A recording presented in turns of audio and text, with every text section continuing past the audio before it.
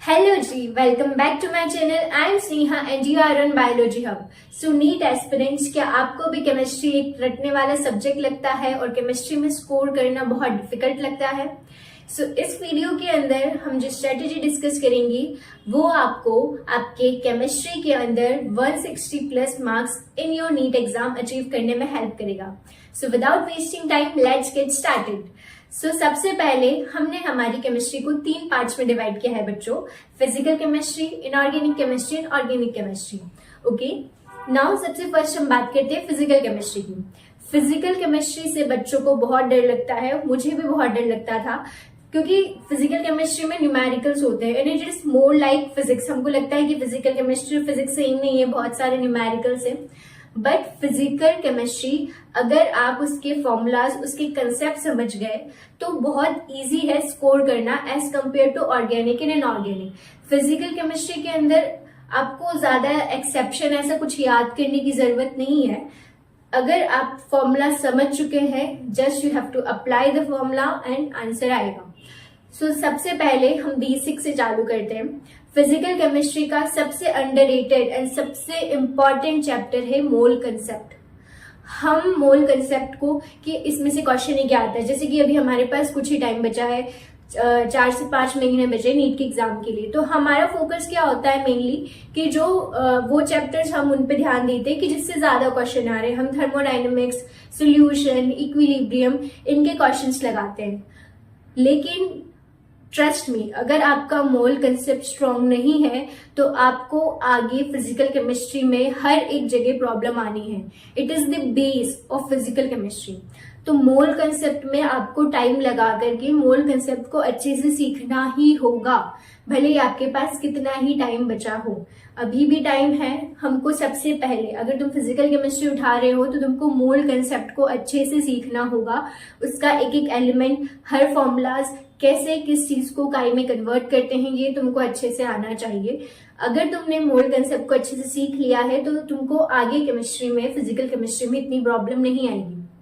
Okay, now physical chemistry में हम आगे बढ़ते हैं। अगर आपका मोल कंसेप्ट स्ट्रांग है तो आपने अपना बेसिक स्ट्रांग कर लिया है। अब हम चैप्टर्स की तरफ बढ़ते हैं। तो फिजिकल केमिस्ट्री में सबसे पहले कि आपने कोई चैप्टर पढ़ा है, कोई लेक्चर देखा है, कुछ भी किया है, आफ्टर वो देखने के बाद या आपने अपने कोचिंग के नोट्स को फॉलो किया है, सबसे पहला काम होगा आप उसकी फॉर्मूला शीट बनाएंगे। और वो फॉर्मूला शीट सिर्फ एक पेज के अंदर आपके सारे फॉर्मूलाज होने चाहिए उस चैप्टर के, ठीक है, with all the terms and condition. उसमें जो भी एक्सप्लेनेशन चाहिए आपको इस यूनिट में, ये कन्वर्जन के लिए, वो कन्वर्जन के लिए, एंड आपको फॉर्मूला शीट जो है वो बनानी है हर चैप्टर के लिए, ठीक है। फॉर्मूला शीट बनाने के बाद आप सबसे जो इम्पोर्टेंट चीज है फिजिकल केमिस्ट्री में वो क्वेश्चन प्रैक्टिस है, राइट। तो सबसे पहले आप आपका जो भी कोचिंग है, जहां से भी आप पढ़ रहे हैं, उसके मॉड्यूल की एक्सरसाइज 1 सॉल्व कीजिए, जिसके अंदर इजी क्वेश्चंस होते हैं, ताकि आपके कंसेप्ट भी बिल्ड होंगे, आपको कॉन्फिडेंस भी आएगा, ठीक है। देन एक्सरसाइज 1 सॉल्व करने के बाद आप एनसीईआरटी पे जाइए। आपको केमिस्ट्री में एनसीईआरटी को इग्नोर नहीं करना है। आपको ऐसा नहीं सोचना है कि मैं नोट से पढ़ लूंगा, हो जाएगा मेरा काम। एनसीईआरटी केमिस्ट्री में भी बहुत इंपॉर्टेंट है। 80 to 85% पेपर मैं बोल सकती हूँ कि एनसीईआरटी से आता है, ठीक है। तो हमको एनसीईआरटी को इक्वल इंपॉर्टेंस देनी है। तो अगर सबसे पहले आप जो भी चैप्टर पढ़ रहे हो वो फिनिश हुआ है तो आपको सबसे पहले फॉर्मूला चार्ट बनाना है। फॉर्मूला चार्ट के बाद आप एक्सरसाइज 1 सॉल्व कीजिए।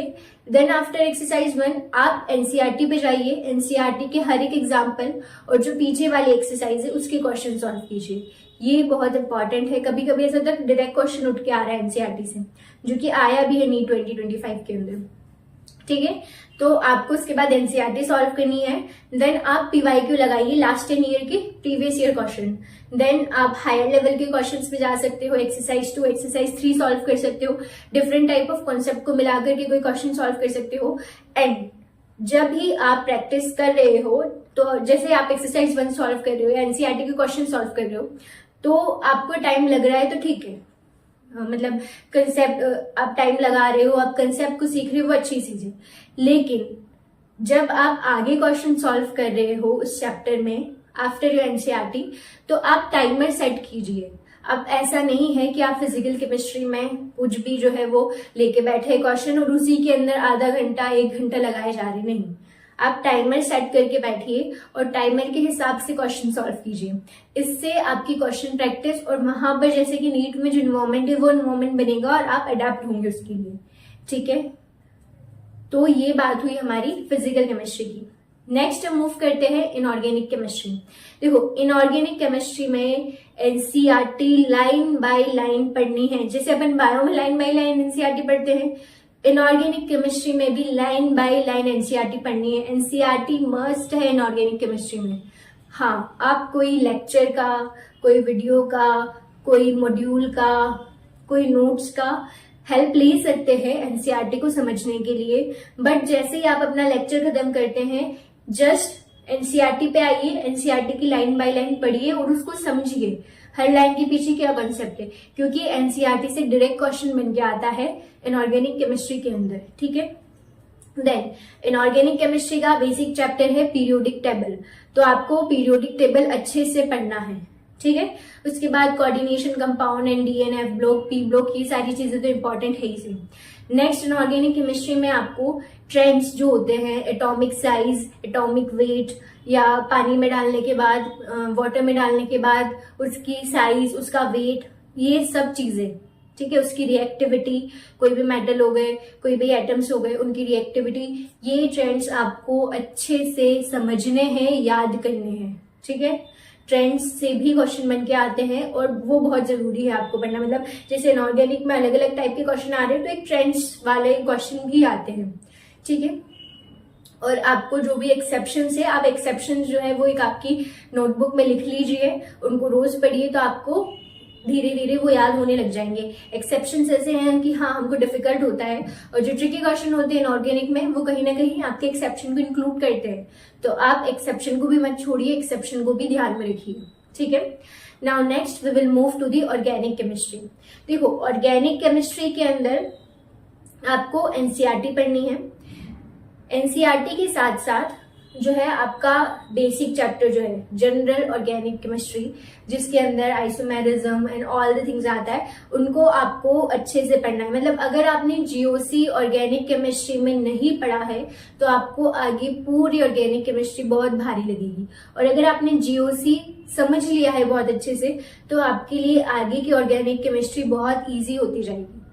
ये आपको बहुत अच्छे से ध्यान देना है, जीओसी पढ़ना ही है। मैं जो चैप्टर बोल रही हूँ कि ये आपके बेसिक चैप्टर है, ये फाउंडेशन, इनको पढ़ना है, यू हैव टू उनको अच्छे से, मतलब ऐसे पढ़ना नहीं कि क्वेश्चन लगा लिया और काम खत्म, नहीं, हमको उनको अच्छे से समझना है, वो बेसिक है। भले ही उनसे नंबर ऑफ क्वेश्चंस कम आ रहे हो, नहीं भी आ रहे हो, बट हमको उनको पढ़ना है, ठीक है। नाउ फिर ऑर्गेनिक केमिस्ट्री के अंदर आपको सारी नेम रिएक्शंस अच्छे से पता होनी चाहिए। You can write it on your chart, कहीं पे लगा लो, रोज देखो, रोज पढ़ो, याद करो, ठीक है। आपको जो मैकेनिज्म होता है रिएक्शन का, वो भी अच्छे से समझना है। क्या आपके रिएक्टेंट्स हैं, क्या आपका रिएजेंट है, क्या प्रोडक्ट बना, किस मैकेनिज्म को फॉलो होकर वो प्रोडक्ट बना, वो आपको पढ़ना है। स्टार्टिंग में आपको बहुत कॉम्प्लिकेटेड लग सकता है, नहीं समझ में आ रहा है, बट प्रैक्टिस करते करते वो आ जाएगा। तो आपको छोड़ना नहीं है, क्योंकि रिएक्शन मैकेनिज्म, मतलब ऑर्गेनिक केमिस्ट्री के अंदर आपको अच्छे से आना चाहिए रिएक्शन मैकेनिज्म, ठीक है। नाउ फिर आपको पीवाईक्यूज लगाने हैं, आपको नीट के क्वेश्चन सारे लगाने हैं। हाँ, ऑर्गेनिक केमिस्ट्री के अंदर जो आपके एनसीईआरटी के अंदर जो भी एग्जांपल्स दिए हुए होते हैं, रिएक्शंस दी हुई होती है, आपको वो रिएक्शंस अच्छे से करनी है, ठीक है।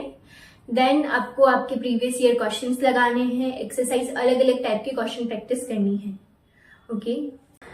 सो हमने फिजिकल, इनऑर्गेनिक और ऑर्गेनिक केमिस्ट्री तीनों की बात कर ली। नाउ नेक्स्ट मैं आपको एक टारगेट देने वाली हूं, जो कि आपको कंप्लीट करना है जनवरी के फर्स्ट वीक तक। जो आपको स्क्रीन पे फिजिकल केमिस्ट्री, इनऑर्गेनिक केमिस्ट्री और ऑर्गेनिक केमिस्ट्री के जो भी चैप्टर्स दिए हुए हैं, वो सभी कंप्लीट करने हैं। आप लेक्चर्स देखिए, आप वीडियोस देखिए, एक्सरसाइज लगाइए, एनसीईआरटी के क्वेश्चन सॉल्व कीजिए। आपको जनवरी के फर्स्ट वीक तक इन चैप्टर्स को कंप्लीट करना ही है। मतलब ये बहुत हाई वेटेड चैप्टर्स हैं, इम्पॉर्टेंट चैप्टर्स हैं और एनसीईआरटी से क्वेश्चन भी बनेंगे, नीट में क्वेश्चन भी आएंगे और आप इजीली सॉल्व भी कर पाओगे। ठीक है, तो ये तो केमिस्ट्री का मतलब सारा कुछ है ही सही। तो मैंने सारे जो इम्पोर्टेंट चैप्टर्स है वो आपको शो कर दी स्क्रीन पे, आप स्क्रीनशॉट ले लीजिए और जनवरी के फर्स्ट वीक तक आपको इन चैप्टर्स को कंप्लीट करना ही है। जाइए, चैप्टर पढ़िए, कंप्लीट कीजिए, उसकी एक्सरसाइज सॉल्व कीजिए, एनसीईआरटी के क्वेश्चन सॉल्व कीजिए, प्रीवियस ईयर क्वेश्चंस लगाइए, क्वेश्चन प्रैक्टिस। जब तक जनवरी के फर्स्ट वीक तक आप ये सारा सिलेबस कंप्लीट कीजिए, देन आफ्टर बाकी जो बचेंगे छोटे चैप्टर्स जैसे कि पॉलीमर्स हो गए, बायोमॉलिक्यूल्स हो गए, अमाइंस हो गए, उनको हम फॉलो करेंगे, उनको हम कवर करेंगे और उसके बाद क्वेश्चन प्रैक्टिस होगी। केमिस्ट्री के अंदर मतलब हर जगह आपको क्वेश्चन प्रैक्टिस जरूरी है, but chemistry, physical chemistry, organic जितने क्वेश्चंस आप प्रैक्टिस करोगे उतना ज्यादा आपकी कंसेप्ट क्लियरिटी होती जाएगी और आपको डाउट्स छोड़ने नहीं है। आप कोई क्वेश्चन सॉल्व कर रहे हो, ऑर्गेनिक का हुआ, इनऑर्गेनिक का हुआ, फिजिकल का हुआ, आपको डाउट आया, बहुत सारे बच्चे ऐसे होते हैं कि डाउट आया है, ठीक है पूछ लेंगे और फिर वो ध्यान ही नहीं देते, डाउट को इग्नोर कर देते हैं। बट आपको डाउट्स नहीं छोड़ने, आपको डाउट आता है, आप उसी दिन या अगले दिन जाकर के आपकी कोचिंग में, आप कहीं लेक्चर ले रहे हो तो वीडियो में उनसे पूछिए और उस डाउट को क्लियर कीजिए। डाउट क्लियर करना बहुत जरूरी है, वो आपको आगे क्वेश्चंस में हेल्प करेगा। ठीक है, वरना वो डाउट ही रह जाएगा, क्या पता उससे रिलेटेड क्वेश्चन नीट में आ जाए और आप फिर भी कंफ्यूज हो जाओ। ठीक है, आप डाउट को उसी दिन क्लियर कीजिए, आप डाउट को बात के लिए नहीं छोड़ेंगे। ओके, सो आप मैंने जो भी इस वीडियो में पॉइंट्स बताए हैं आप उनको ध्यान रखिए। So this is all about NEET chemistry strategy video. I hope आपको ये वीडियो आपकी नीट की जर्नी में हेल्प करेगी and if you like this video please like, share and subscribe to my channel and मिलते हैं नेक्स्ट वीडियो में। तब तक के लिए बाय।